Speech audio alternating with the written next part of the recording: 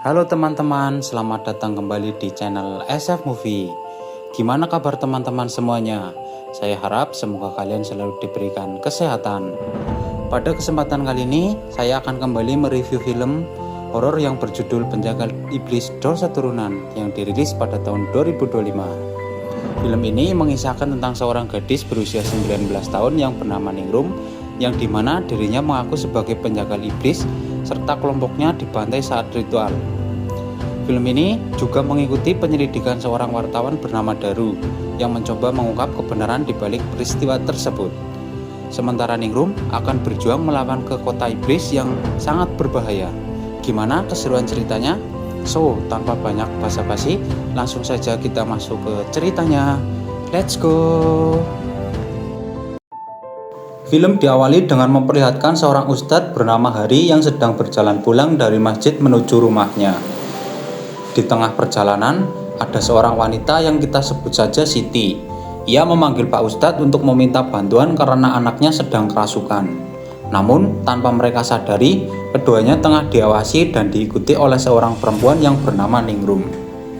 Singkat cerita, Pak Ustadz Hari pun meruqyah anak itu dan dibantu oleh ayah dari korban. Sementara Siti menunggu di luar rumah. Perlawanan iblis yang ada di dalam tubuh anak itu sangatlah kuat sehingga beberapa kali dipercikan air doa, ia pun tidak mau keluar. Di kejauhan, Ningrum yang memantau mereka dari tadi sudah siap menyerang dengan pedang di tangannya. Setelah perjuangan yang cukup lama, akhirnya gadis itu terbebas dari iblis yang merasukinya. Lalu sang ayah pun meminta sang adik mengambilkan air untuk Pak Ustadz. Namun tiba-tiba terdengar suara mencurigakan dari luar rumah. Sang ayah pun langsung keluar untuk melihat keadaan di luar. Setelah keluar, ayah melihat sang istri dan anaknya telah meninggal secara mengenaskan, dan di saat yang bersamaan, gadis tersebut kembali kerasukan lagi dan siap menghabisi Pak Ustadz. Namun tanpa diduga, Ningrum datang tepat waktu dan langsung menghabisi si gadis tersebut secara brutal. Melihat hal itu, sontak ayah pun langsung mengejar Ningrum.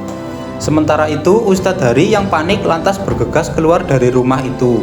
Lalu ia dikagetkan karena melihat mayat Siti dan sang anak sudah terpisah-pisah bagian tubuhnya. Lalu scene memperlihatkan seorang wartawan yang bernama Daru yang sedang mendatangi TKP kasus pembunuhan. Ternyata kedatangannya sudah ditunggu oleh rekan kerjanya yang bernama Aryo dari pihak kepolisian. Aryo menjanjikan berita eksklusif kepada Daru jika ia bisa membantunya memecahkan kasus ini, yang dimana korban-korbannya adalah pemuka agama seperti biksu, pendeta, dan lain-lain. Saat Daru sedang memotret tempat kejadian, tiba-tiba ia melihat sosok perempuan yang berdiri ke arahnya di tengah kegelapan. Namun saat Aryo mengarahkan senternya ke arah sosok itu, tiba-tiba ia menghilang. Melihat kasus ini, Daru berpendapat jika korban selanjutnya kemungkinan besar akan menyerang seorang ustadz. Singkat cerita, saat akan pulang, Daru kembali teringat akan masa lalunya di mana saat itu ia sedang memotret jenazah anak-anak kasus pembunuhan juga. Kemudian diperlihatkan pembunuh para pemuka agama yang bernama Pak Kunjara. Ia berhasil mengambil jantung pastur untuk persiapan ritual pembangkitan gurunya. Dan ia harus mengambil jantung-jantung itu sebelum bulan purnama memerah. Kemudian jiwa sang guru masuk ke tubuh anak kecil yang mengingatkan Pak Kunjara bahwa setiap ia menggunakan kekuatannya akan mengurangi sisa umurnya. Maka dari itu sang guru berpesan agar misi kali ini janganlah sampai gagal. Setelah sebelumnya iblis-iblis yang dibangkitkan di dusun bambu telah dihabisi oleh Ningrum. Kembali kepada Daru, ia ditelepon dan diperintahkan atasannya untuk datang esok hari ke rumah sakit jiwa dan mewawancarai Ningrum, tersangka kasus pembantaian satu keluarga. Scene beralih ke rumah sakit jiwa, di mana singkatnya Ningrum telah ditahan di sana. Lalu kita diperlihatkan Pak Kunjara juga sudah tiba di rumah sakit itu. Ia bisa merasakan kehadiran gadis keturunan Kirata di tempat itu. Gadis yang dimaksud adalah Ningrum. Pak Kunjara lalu menulis sebuah mantra untuk membangkitkan arwah penasaran yang ada di tempat itu. Tak berserang lama, arwah Alin pun bangkit. Dari semua arwah di sana, arwah Alinlah yang memiliki dendam paling besar. Pak Kunjara bisa memberikan kekuatan untuk balas dendam kepada Alin. Tapi dengan catatan, Alin harus melakukan tugas yang diberikan oleh Pak Kunjara, yaitu membunuh seorang Kirata di tempat ini.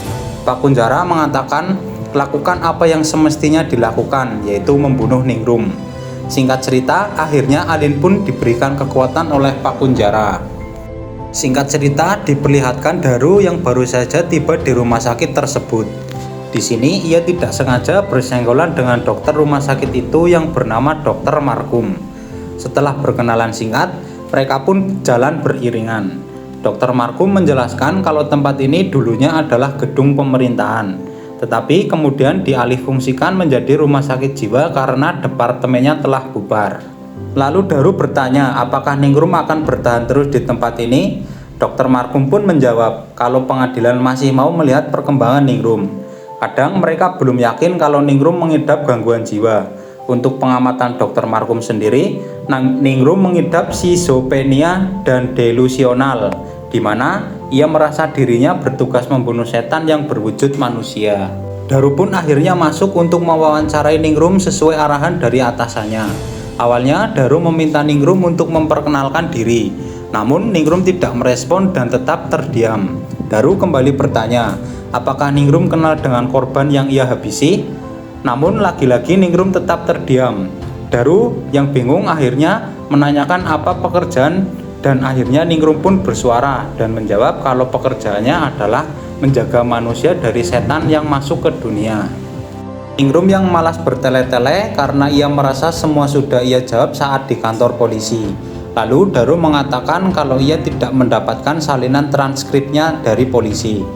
Kalau diceritakan semuanya, Daru tidak akan percaya, sama seperti orang-orang di tempat ini. Daru mengatakan kepada Ningrum kalau ia harus membuat Daru percaya dan apa motivasi dirinya melakukan hal ini. Ningrum mengaku melakukan itu agar semua kutukan itu tidak merenggut nyawanya. Saat akan pergi, tiba-tiba Ningrum bertanya, sudah berapa korban yang jatuh yang telah diambil jantungnya? Mendengar hal itu, Daru pun heran kenapa Ningrum bisa tahu kasus pembunuhan itu. Kemudian Daru menjawab, kalau korbannya sudah ada 4 orang. Ningrum memberitahu kalau Pak Kunjara butuh 3 jantung lagi untuk menghidupkan kembali gurunya. Di sisi lain, petugas kebersihan masuk ke toilet untuk bersih-bersih. Ia dikagetkan dengan genangan darah yang berasal dari dalam toilet. Karena penasaran, ia pun membuka pintu toilet tersebut dan ternyata ada mayat Simon yang sudah tewas secara mengenaskan. Kembali kepada Ningrum dan Daru, di mana Ningrum meminta bantuan kepada Daru karena wanita jahat itu sudah ada di tempat ini. Dia tidak bisa berbuat apa-apa tanpa pedang saktinya. Ketika Ningrum terkesan memaksa Daru untuk membantunya, alhasil sipir penjara pun membawanya kembali ke dalam bangsalnya. Sementara itu, di sisi lain, Pak Kunjara kembali mendapatkan jantung bersamaan dengan kemunculan sang guru yang mengatakan kalau ada seorang yang akan membantu Ningrum mencari pedangnya. Sang guru menegaskan kalau Ningrum masih bisa membunuhnya jika ia berhasil kembali mendapatkan senjatanya itu. Setelah itu, diperlihatkan Daru sedang meminta transkrip interogasi Ningrum di kantor polisi. Lalu ada yang menelpon Daru dan mengatakan kalau telah terjadi pembunuhan lagi yang dimana korbannya seorang pemuka agama. Di sini, Daru juga meminta alamat lengkap pertama kali Ningrum ditangkap. Scene beralih ke Ningrum yang dibawa ke bangsalnya oleh sipir yang bernama Gotot. Kemudian Ningrum dirayunya oleh Gotot. Sementara itu, Daru akhirnya sampai di Dusun Bambu, tempat ditangkapnya Ningrum. Di sana ia juga bertemu dengan Ustadz Hari. Karena pengakuan dari polisi dirasa janggal, Daru pun ingin mendengar kesaksian dari Pak Ustadz malam itu. Pak Ustadz mengatakan kalau dia di sana sama sekali tidak kenal dengan korban. Tapi sebelumnya Pak Ustadz mengatakan kalau korban meminta tolong kepadanya untuk membantu sang anak yang sedang kerasukan. Lalu Pak Ustadz mengajak Daru pergi untuk menceritakan semuanya di tempat lain. Setelah itu mereka pun tiba di tempat kejadian pada malam itu. Pak Ustadz merasa kalau kejadian malam itu seperti mimpi. Ia menceritakan pertarungan antara Ningrum dan kepala keluarga, di mana waktu itu Ningrum sempat terkena cakaran di bagian perut. Dan saat warga datang, mereka tidak mengenal korban. Anehnya, saat Pak Ustadz Hari datang kembali ke rumah keluarga itu, rumahnya sudah menghilang tanpa jejak. Karena keanehan itulah, Pak Ustadz tidak mau menceritakan hal ini kepada warga. Mendengar cerita Pak Ustadz, Daru pun tertawa yang membuat Pak Ustadz merasa kalau Daru tidak percaya dengan ceritanya. Kemudian Daru meminta maaf dan mengatakan jika tidak bermaksud menyinggung cerita Pak Ustadz. Tetapi ia adalah seorang wartawan, yang dimana tidak boleh mengangkat berita tanpa ada fakta atau bukti yang jelas. Singkat cerita, Daru pun bertanya kalau sekarang di mana letak pedang dari Ningrum. Lalu Pak Ustadz Hari menjawab, untuk soal itu ia juga tidak tahu apa-apa. Tiba-tiba Daru ditelepon oleh Aryo untuk bertemu di Rumah Sakit Harapan Sentosa. Dan akhirnya tanpa mereka sadari, dari tadi mereka tengah diawasi oleh Pak Kunjara. Lalu saat Ustadz Hari berjalan pulang, ia dibuat heran karena selama perjalanan ia selalu kembali ke tempat yang awal. Bahkan ketika ia mulai mencari jalan lain, hasilnya tetap sama, ia selalu kembali ke tempat yang sama. Lalu tiba-tiba ia dikagetkan oleh sosok Yuni, yaitu pasarnya yang dari masa lalu. Pak Ustadz mengaku kalau ia menyesal dan meminta maaf kepada sosok arwah tersebut. Tiba-tiba Pak Kunjara muncul dari belakang dan langsung mengambil jantung Pak Ustadz Hari. Sementara itu di dalam bangsal memperlihatkan Ningrum yang sedang merangkak melihat di salah satu sel ada seorang wanita yang hendak dilecehkan oleh Gotot. Ningrum sudah muak dengan kelakuan bejat Gotot dan langsung keluar untuk menghajarnya. Gotot pun berteriak minta tolong kepada sipir yang lain hingga pada akhirnya Ningrum pun berhasil diamankan. Lalu Daru ingin bertemu dengan Ningrum, dia ingin berbicara empat mata dan sipir penjaga disuruh keluar. Daru bertanya kepada Ningrum, iblis-iblis yang Ningrum bunuh itu seperti apa? Ningrum pun menjawab bahwa iblis atau setan yang ia bunuh sama seperti dirinya dan Daru. Lalu Daru bertanya lagi, bagaimana jika mukanya rata? Dan Ningrum menjawab, kalau itu adalah perbuatan Pak Kunjara. Pak Kunjara memanggil sesuatu dari pikiran yang ingin Daru lupakan. Itulah kenapa tadi diperlihatkan soal anak kecil yang mukanya rata.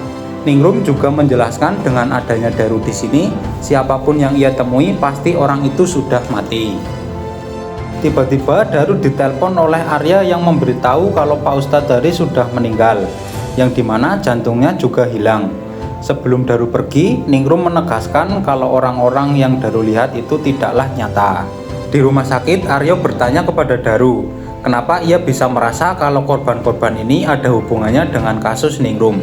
Daru tidak bisa memberi bukti apa-apa karena ia masih mendengar pengakuan dari Ningrum.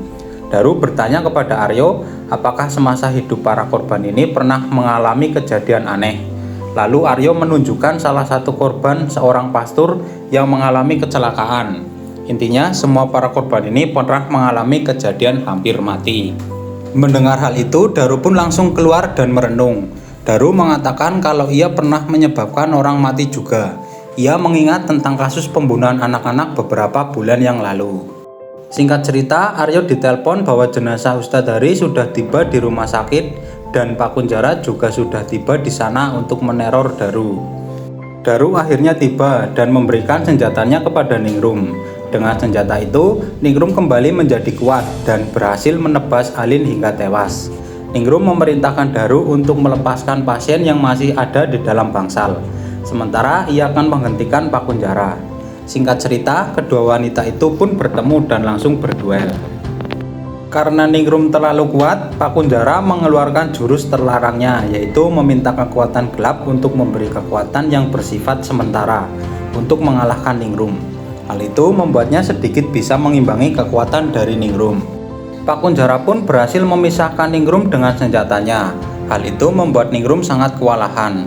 Untungnya saat akan dibunuh, Daru tiba tepat waktu dan memberikan senjatanya kepada Ningrum walaupun ia harus tertusuk. Setelah kembali mendapatkan senjatanya, Ningrum akhirnya bisa mengalahkan Pak Kunjara. Akhirnya Pak Kunjara pun berhasil dikalahkan dan Ningrum berhasil menghentikan ritual pembangkitan gurunya. Lalu film pun berakhir. Terima kasih sudah menonton review film dari SF Movie. Jangan lupa subscribe, like, komen untuk update video-video menarik lainnya. Bye-bye.